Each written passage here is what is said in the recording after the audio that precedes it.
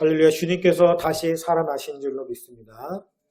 우리 옆에 분을 한번 바라보시면서 주님께서 부활하셨습니다. 한번 인사하시겠습니다. 주님께서 부활하셨습니다.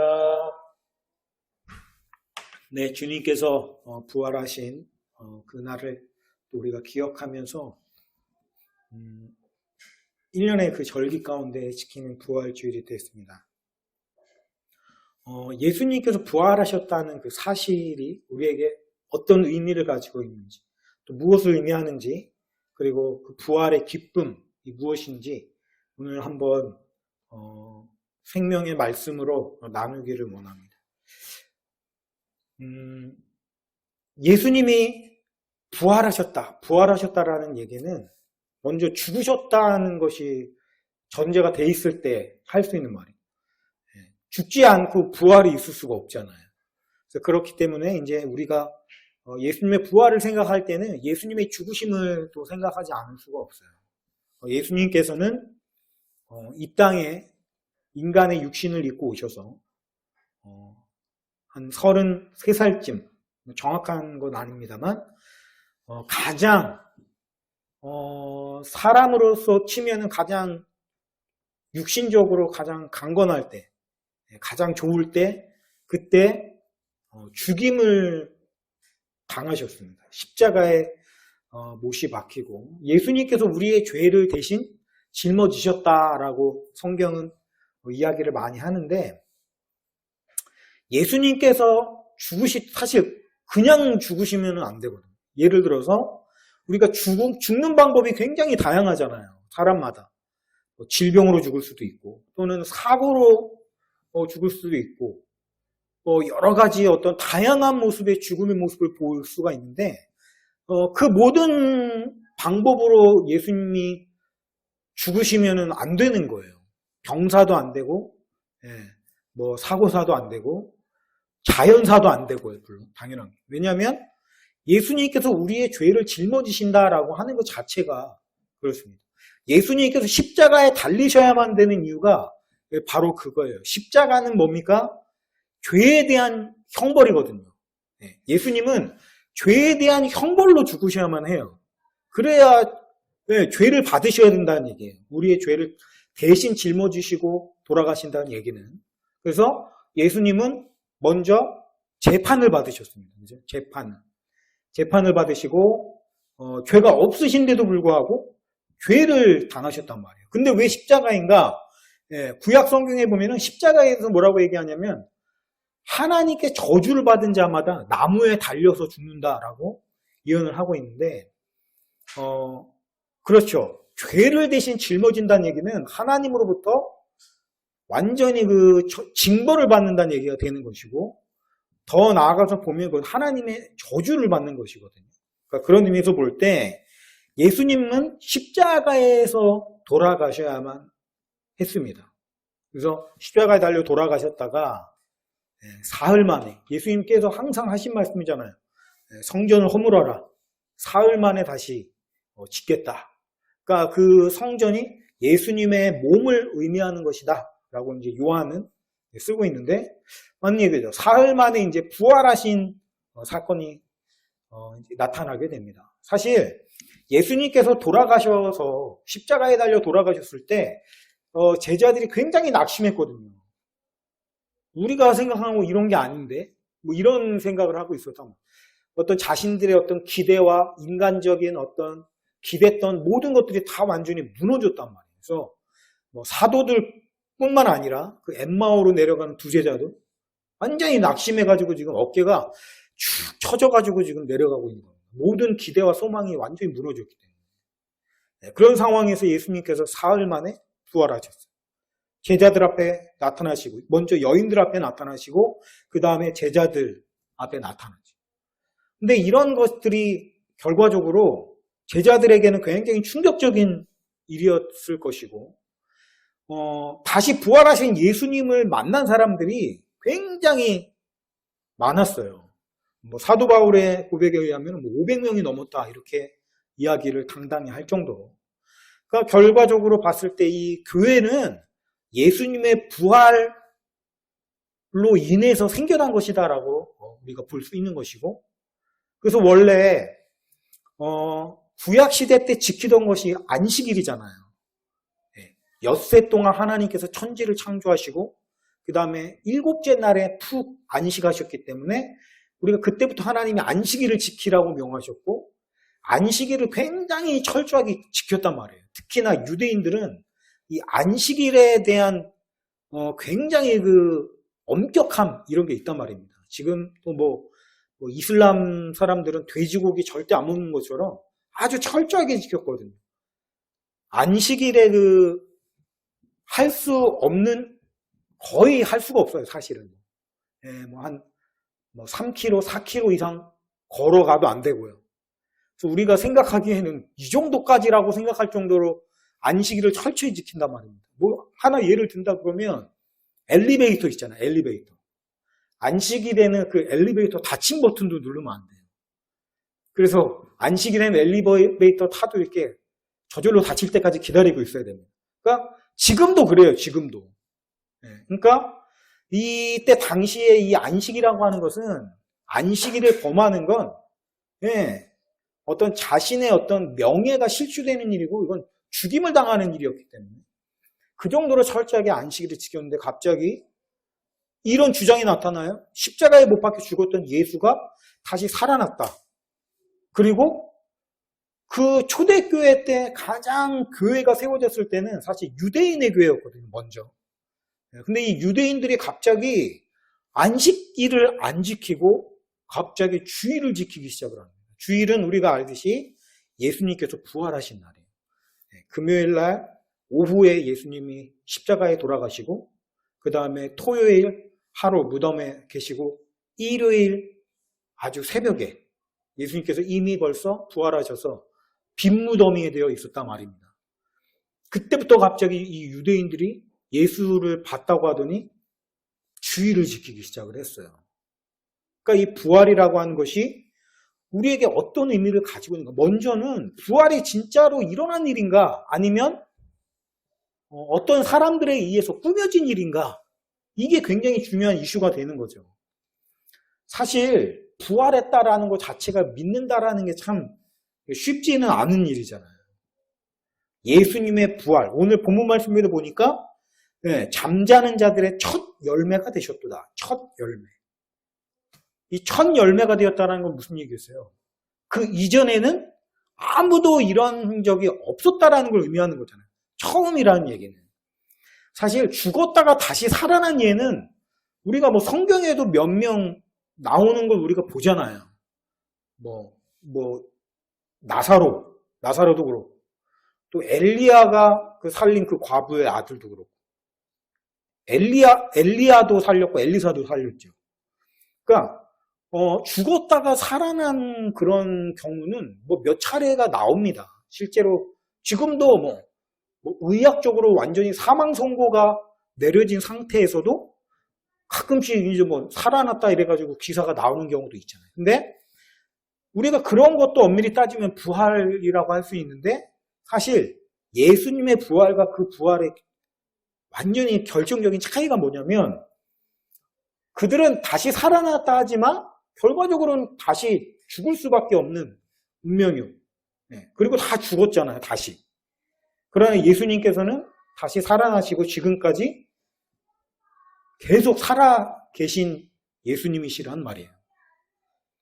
그러니까 우리가 예수님을 믿는다라고 얘기할 때 이 예수님의 부활이 진짜냐 아니면 누군가가 만들어낸 것이냐 이것은 굉장히 중요한 이슈라는 거예요.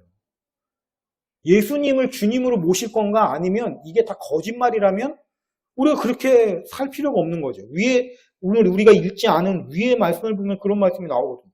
만일 그리스도 안에서 우리가 바라는 것이 다만 이 세상의 삶뿐이면 우리가 더욱 불쌍한 자다. 죽은 자가 다시 살아난 일이 없으면 그리스도도 다시 살아난 일이 없었을 거예요. 그러니까 예수님의 부활이 사실이 아니라면 예수님을 따르는 우리는 망한 거다 이렇게 얘기하는 거 아닙니까? 그러니까 예수님의 부활이 진짜인지 가짜인지는 우리에게 너무나도 중요한 일이라는 거예요. 예수님의 부활이 진짜라면 예수님은 하나님의 아들이 맞고 신이 맞죠. 그러면 우리가 예수님 뜻대로 살아야 되는 거예요. 좋든 싫든. 그렇죠? 왜냐하면 성경은 심판이 있다고 말하기 때문에 내 마음대로 살아서는 안 된다라는 거예요. 진짜라면. 가짜라면 예수님의 뜻대로 살 필요가 없는 거죠. 힘든데 그런 삶은 왜 살아야 돼요? 그냥 내가 살고 싶은 대로 내가 좋은 대로 살면 되는 거죠. 그러니까 이 예수님의 부활을 딱 기점으로 봤을 때 이게 진짜냐 가짜냐에 따라서 우리의 삶은 완전히 달라지는 거예요. 그래서 굉장히 중요한 거기 때문에 저는 우리 아이들도 뭐 그렇습니다만 진짜 중요한 문제이기 때문에 이게 진짜인지 가짜인지 꼼꼼히 잘 따져봐야 돼요. 그냥 우리 목사님이 그러는데 진짜래. 그래? 그럼 믿어야지. 이런 식으로 우리가 믿어서는 안 된다는 거예요. 그렇지 않습니까? 나의 영원한 삶, 현재의 삶뿐만이 아니라 영원한 삶이 지금 달린 일인데 누군가가 하는 한마디를 듣고서 그거를 믿는다, 안 믿는다 이렇게 얘기하는 건 자기 자신의 삶에 대한 존중이 없는 거예요. 그거는. 우리가 꼼꼼히 따져봐야 됩니다. 진짜인지 가짜인지. 믿는 사람들도. 목사님들도 마찬가지예요. 목사님들이 성도님들을 향해서 믿으세요 제발. 그냥 믿어요. 뭘 따져요. 이렇게 얘기하면 안 된다고요. 그렇지 않습니까? 어떻게 그냥 믿으라고 그래요. 그렇게 중요한 거를. 아닙니다. 잘 따져봐야 돼요. 가짜라면 믿지 말아야 되니까. 그래서 좀 진지하게 우리가 고민을 하고 연구를 해봐야 돼요. 목사님들이 얘기합니다. 예수님 진짜 부활하셨어요. 목사님들은 당연히 예수님 진짜 부활하셨다고 얘기하겠죠. 예수님 믿으니까. 근데 그 목사님들의 말은 그 목사님들이 부활을 직접적으로 경험을 했습니까? 그렇진 않잖아요. 지금 그 시간의 격차가 벌써 지금 2000년이 넘는단 말이에요. 목사님들은 그냥 믿는 거예요. 엄밀하게 따지면 예수님의 부활을 직접적으로 체험한 사람들은 아니란 말입니다. 그들도 누군가한테 들었고 어떻게 하다 보니까 믿음이 생겨서 그냥 믿은 거란 말이에요. 그러니까 우리가 예수님의 부활이 진짜인지 가짜인지를 따지려면 지금 시간이 2000년이 지난 시점에서 어떻게 해야 됩니까? 합리적으로 보면 예수님이 부활하셨다는 사실을 직접 체험한 사람들의 이야기를 우리가 들어봐야 된단 말이에요. 그들이 거짓말을 하고 있는 건 아닌지, 그들이 진짜 그거를 그렇게 부활했다고 예수님을 진짜 믿는 건지, 아니면 자기네들의 어떤 무언가를 이익을 위해서 거짓말을 꾸며내가지고 요즘에 뭐 사이비 종교 굉장히 이슈가 되고 있지 않습니까? 그런 사람들처럼 그렇죠? 어떤 목적을 위해서 뭐예요? 성착취 또는 뭐 돈 여러 가지 이유가 있잖아요. 요즘 다 그런 것들을 왜 목사라고 그래가지고 그런지 저 진짜 마음이 아픈데 그 목자들은 그 목사든 목사리가 아니죠. 보면은 이렇게 그 목사들이 왜 이렇게 돈이 많아? 돈이 많고 뭐 맨날 성착취하고 뭔가 이게 떨어지는 게 있으니까 자꾸 그죠? 그렇게 얘기하고. 그러니까 그런 여러 가지 것들을 따져봐야 된단 말이에요. 예수님의 제자들이 만약에 예수님 부활을 체험하지도 않았는데 꾸며냈다라고 한다면 만약에 꿈에 이유가 있을 거 아니에요. 예수님이 부활했다고 자기가 만약에 거짓말로 꾸몄으면 자기는 안 믿을 거 아닙니까? 자기는 아니까 그게 가짜라는 거죠. 만약에 그렇다라고 한다면. 그러면 이 제자들이 그걸 꾸몄을 때는 뭔가 목적을 가지고 꾸몄을 거 아니에요. 부활이라는 것에 대해서. 뭐 요즘 흔히 사이비들이 그러는 것처럼 그거를 빌미로 해가지고 사람들을 선동해갖고 뭔가 그죠? 사람들 위해서 사람들을 착취하고 그걸로 어떤 막대한 부를 얻으려고 한다거나 아니면 뭐 성범죄 그죠? 그런 거를 위해서 뭐 했다거나 그런 이유가 뭔가를 얻으려고 꾸몄을 거 아니에요. 근데 그 예수님의 제자들의 삶을 우리가 보니까 예수님이 부활하셨다라는 사실을 예를 들어서 꾸며가지고 그들이 얻은 게 뭐가 있나 그 제자들의 삶을 보니까 얻은 게 하나도 없어. 오히려 그 사실 때문에 그들이 받은 거라고는 온갖 모욕과 수치와 징벌과 죽음의 위기, 폭풍, 굶주림, 이런 온갖 고난들밖에 얻은 게 없더라는 거예요. 그리고 그들의 삶의 모습을 보니까 너무 정직하고 정말 한 사람의 인간으로서 본받을 만한 인격적인 모습으로 살다가 갔다라는 거예요. 자, 그런 사람들이 부활하신 예수님을 나는 만났다 얘기한다면 우리가 한번 진지하게 한번 생각을 해봐야 되는 거 아니겠어요? 그런 식으로 우리가 한번 찾아가 보는 겁니다. 아니면 그들은 진짜 예수님이 부활하셨다고 믿었는데 혹시 그게 착각했던 건 아닐까? 그런 의문도 우리가 가질 수가 있는 거예요. 그런 것도 우리가 살펴보고. 여러분, 예수님의 부활을 믿지 않는 사람들이 하는 얘기들이 있어요. 공통적으로 주장하는 것들이 막 있어요. 뭐 누가 뭐 예수님이라는 분은 원래 그런 생각도 없고 그런 마음도 없었는데 뭐 예수님 죽고 나서 뭐 흔히 그렇듯이 이후에 시간이 오래 흘러가면서 사람들이 거기다가 자꾸 살을 붙이기 시작을 하면서 예수님의 부활이 어느덧 뭐 전설처럼 이렇게 생겨났다. 그렇게 전설화가 되는 과정이 있잖아요, 진짜로. 그러니까 그런 거다라고 막 주장을 하는데, 여러분, 예수님이 믿지 않는 사람들이 그렇게 쉽게 하는 얘기도 얼핏 들어보면 그럴듯하지만 그런 얘기는 다 지금 이미 다 물리쳐진 얘기들을 자꾸 또 하고 또 하는 거예요. 깊이 있는 어떤 연구에서 나온 주장들이 아니에요, 그런 거는. 전설화가 아닙니다. 이미 예수님께서 뭐 AD 33년, 30년경에 십자가를 쥐고 돌아가셨다고 역사적으로 그렇게 얘기하는데 이미 35년경, 34년경에 이미 그 기독교 공동체 안에서는 지금 우리가 믿고 있는 여러 가지 것들, 독생자, 뭐 동정녀 탄생, 십자가에서 죽으시고 부활하신 그 이야기들이 완성된 채로 이미 벌써 신자들 사이에서 다 이렇게 이미 신앙 고백이 되어지고 있었어요. 수십 년이 지나가지고 전설화가 된 게 아니라고요. 이미 이런 거는 다 물리쳐줘야 되는데 이상한 거는 아직까지도 사람들이 그런 얘기를 하고 다닌다는 거예요. 그리고 뭐 집단 최면에 걸려서 그렇다든지 이런 주장들. 여러분, 집단 최면은 절대 회의적인 사람은 절대 최면에 안 걸립니다. 자기가 그렇게 믿고 싶은 사람들만 최면에 걸리는 거예요. 그래서 최면이 잘 걸리는 사람이 있고 안 걸리는 사람이 있어요. 그런데 집단 최면, 이게 최면이라는 게 막 500명 막 이게 집단으로 절대 최면이 안 걸립니다. 애당초에 말이 안 되는 거고, 특히나 도마 같은 사람은 절대 최면에 걸릴 리가 없는 사람이에요. 그렇게 회의적인 사람은. 그러니까 이런 것도 사실은 말도 안 되는 거로 이미 더 말이 안 돼. 예수님이 부활하셨다는 것만큼 더 말이 안 되는 건데, 근데 아직도 그런 말도 안 되는 주장들을 하는 사람들이 많이 있어요. 왜 그러겠어요? 예수님이 부활하셨다 그러면 그게 진짜 신이고, 그러면 예수님이 살라는 대로 살아야 되니까 그냥 그게 싫은 거예요. 그래서 온갖 이유를 갖다 붙여가지고 어떻게든 예수님의 부활이 사실이 아니라고. 그게 진짜인지 가짜인지 그들한테는 중요하지 않아요. 그냥 예수님 부활하지 않은 것이어야 되는 거예요. 그래야 내 마음대로 살 수 있으니까. 그죠? 여러분, 예수님의 부활의 의미가 무엇인가? 예수님이 부활하셨다라고 하는 것은 예수님이 진짜로 부활했다면 예수님이 진짜 신이라는 얘기가 됩니다. 이거는 부활이라는 것 자체가 예수님이 진짜로 하나님의 아들이라는 가장 강력한 증거가 되는 거예요. 십자가에 달려서 돌아가셨다고 해서 이 예수님이 신이 되나요? 여러분, 그 당시에 정말 극악무도한 죄인들에게 십자가형을 언도를 했단 말입니다. 그리고 예수님이 십자가를 지실 때도 옆에 2명이나 강도가 십자가를 같이 졌잖아요.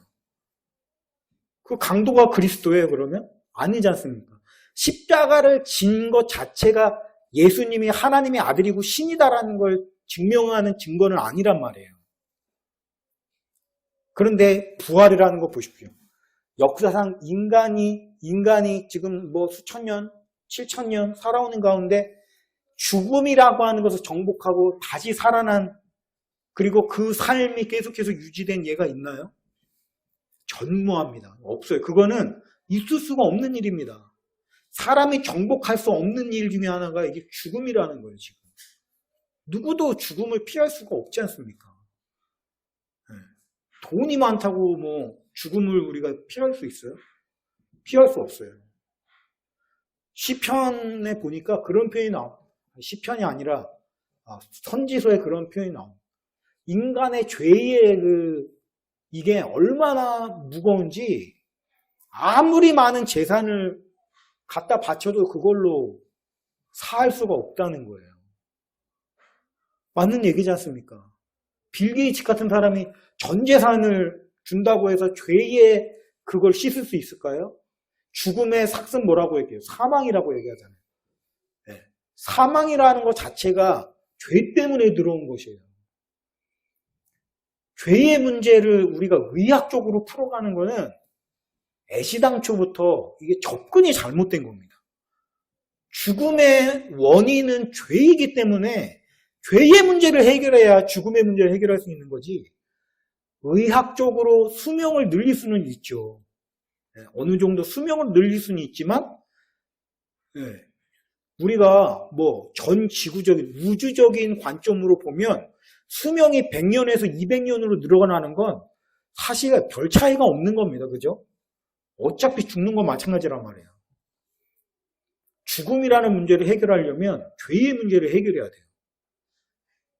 죄를 짊어지시고 십자가에 죽으시고 예수께서 다시 살아나셔서, 중요한 건 죽은 시점에서 다시 살아난 게 중요한 게 아니라 지금까지 살아계시다라는 게 중요한 겁니다. 그것이 의미하는 바는 곧 예수님께서 진짜 신이라는 얘기가 되는 거예요.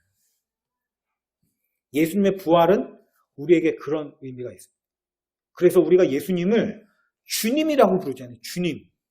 왜 그러죠? 주님? 나의 주인이라는 거예요. 나의 주인. 왜냐하면 예수님이 우리를 샀어요. 속전이라고 합니다. 속전. 네, 속전. 죄를 속하는데 주는 돈, 전이라는 게 돈을 의미하는 거잖아요. 속은 죄를 속하는 걸 말하는 거고. 근데 예수님이 우리의 죄를 속하기 위해서 지불한 전이 뭐냐면 예수님의 보혈이란 말이에요. 보혈.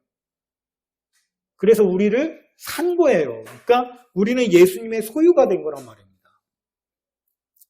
그래서 우리는 예수님을 우리의 주인으로 살아가는 거예요. 예수님이 우리의 주인이라면 우리는 우리 뜻대로 살아갈 수가 없습니다. 예수님의 뜻대로 살아야 돼요. 그래서 우리가 예수님의 부활을 잘 꼼꼼하게 봐야 돼요. 거기에 내 삶의 주인이 나냐 아니면 내 삶의 주인이 예수님이냐가 갈라지기. 이게 갈라지면 삶의 양상은 두 가지가 완전히 다릅니다. 그렇죠? 그래서 우리가 뭐 학교에서 여러 가지 세상을 살아가는 상식적인 것들을 배우고 학문을 공부하고 하는 것도 물론 중요합니다만, 예수님이 진짜 하나님인지 신이 진짜 있는지 이거를 찾아가는 게 진짜 중요한 일이에요. 그거에 따라서 우리의 삶의 양상이 바뀌니까. 오늘 예수님의 부활은 우리로 하여금 하나님을 바라보게 만듭니다. 예수님이 진짜 하나님이신가? 그분이 진짜 우리를 지으신 창조주이신가? 네, 우리가 그렇게 바라볼 때에 다시 한번 그 부활이 우리의 것이 될 수 있다는 거예요. 오늘 본문 말씀 보니까 이렇게 되어 있습니다. 잠자는 자들의 첫 열매가 되셨도다. 아까 우리가 첫 열매가 되셨다는 얘기는 그런 케이스가 이전에 없었다는 뜻이라고 제가 말씀드렸고, 두 번째 의미는 뭡니까? 첫 번째 열매가 되셨도다라는 의미는 뒤에 뭐가 있어요? 예수님을 따르는 자들이 곧 두 번째 열매가 될 거라는 거예요. 예수님이랑 똑같이. 그러니까 우리 모두 다 결국에는 부활할 거다라는 의미가 되는 겁니다. 예수님이 혼자 죽으셨다가 혼자 부활하셔서 살아계시는데 그게 예수님께만 적용되는 거라면 그게 우리랑 무슨 상관이 있겠어요. 그런데 성경은 뭐라고 얘기합니까? 첫 열매로서 우리에게 그거를 보여주시는 거라는 거예요. 너희도 내 안에 있으면 그렇게 될 거다라는 사실을. 그래서 우리가 그 사실을 믿으면 죽음에 대한 두려움이 사라지게 되는 거죠. 죽는 게 끝이 아니니까요. 우리는 다시 살아났어. 부활. 예수님이 부활하셨으면 우리도 부활을 해야죠. 근데 아까 부활은 뭐를 전제한다고요? 죽음을 전제한다고 했잖아요. 우리가 죽지 않고 영원히 그냥 살아있다라고 하면 그거는 부활이라고 할 수가 없잖아요. 그래서 우리가 다시 한번 육신은 썩어지고 영으로 하나님의 어떤 육신의 부활의 몸을 입고 다시금 살아나게 된다는 것을 말씀하는 거예요. 이것이 우리가 가진 기쁨이라는 겁니다.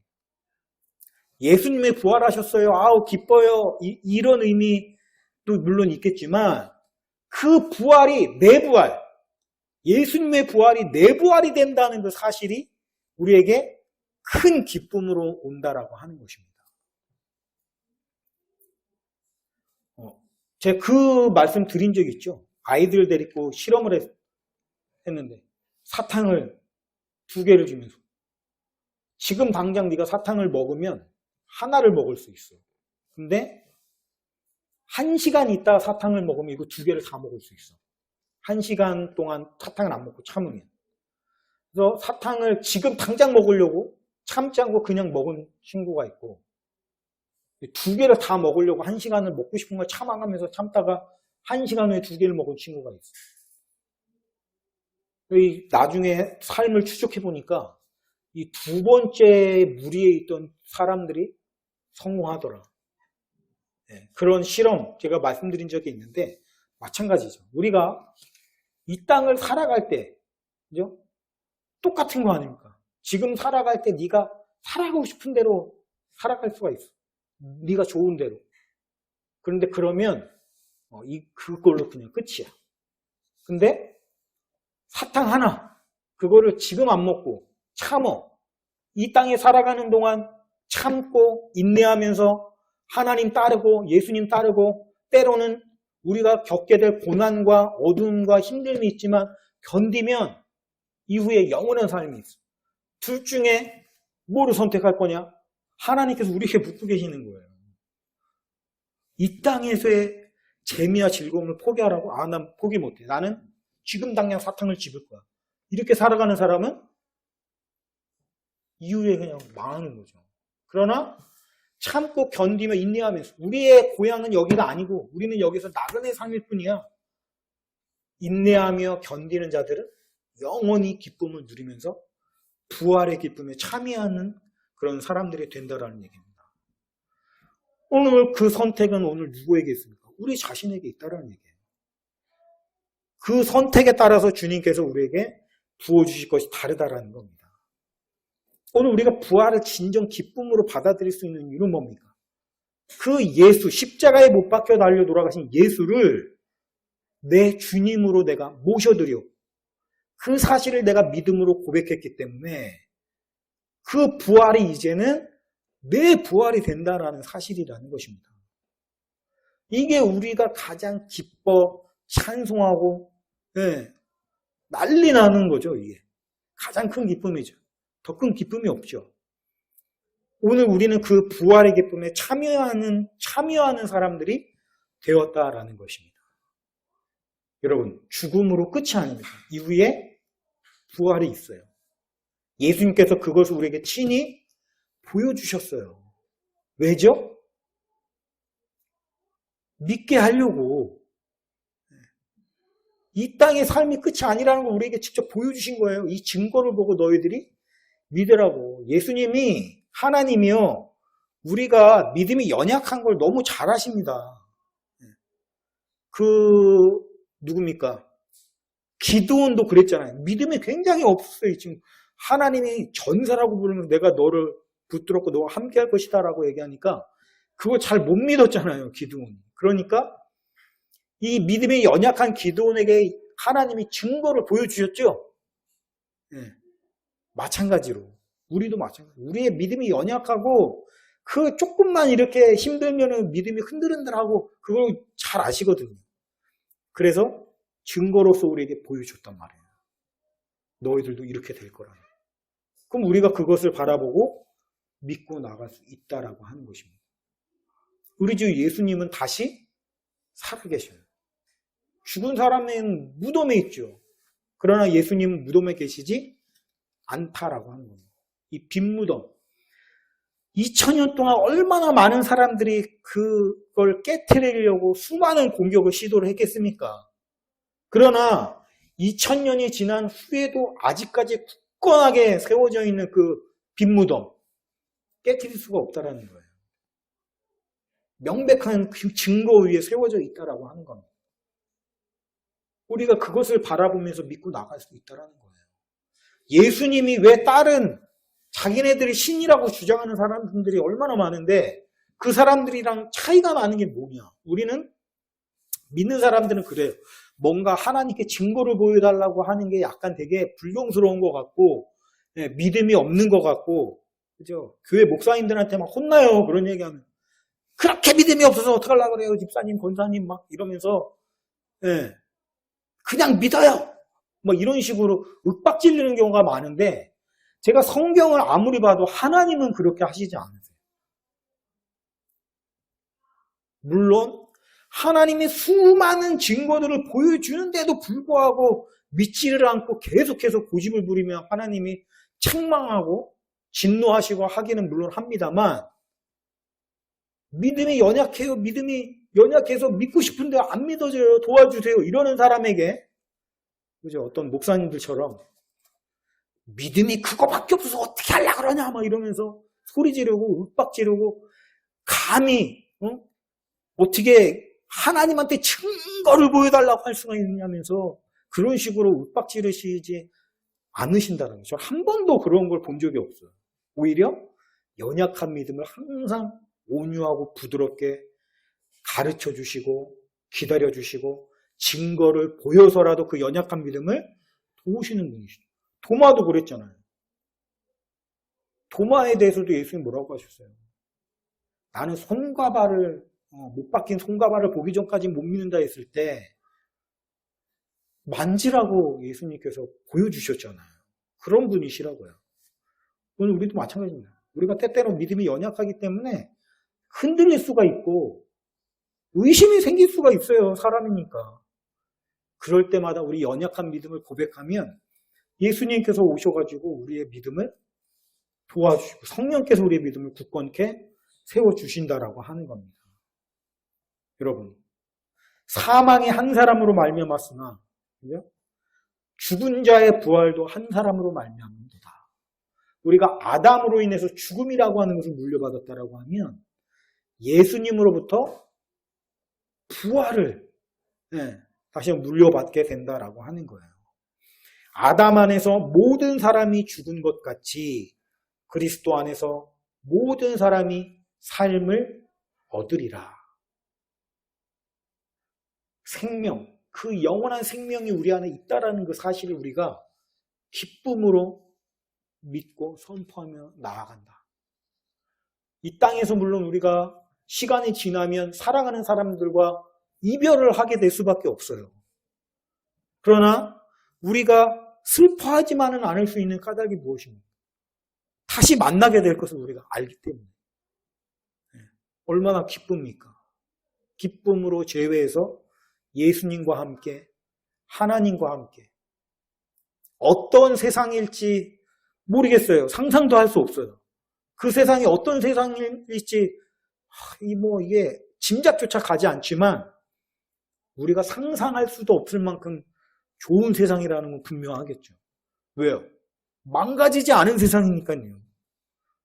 좋은 것만 가득한 세상이니까요. 우리가 다시 한번 그 부활을 우리가 오늘 예수님의 부활을 바라봅니다. 그러나 우리가 거기에서 머무르는 것이 아니라 예수님의 부활이라는 어떤 렌즈를 통해서 우리 자신의 부활을 바라보게 되기를 주님의 이름으로 축원합니다.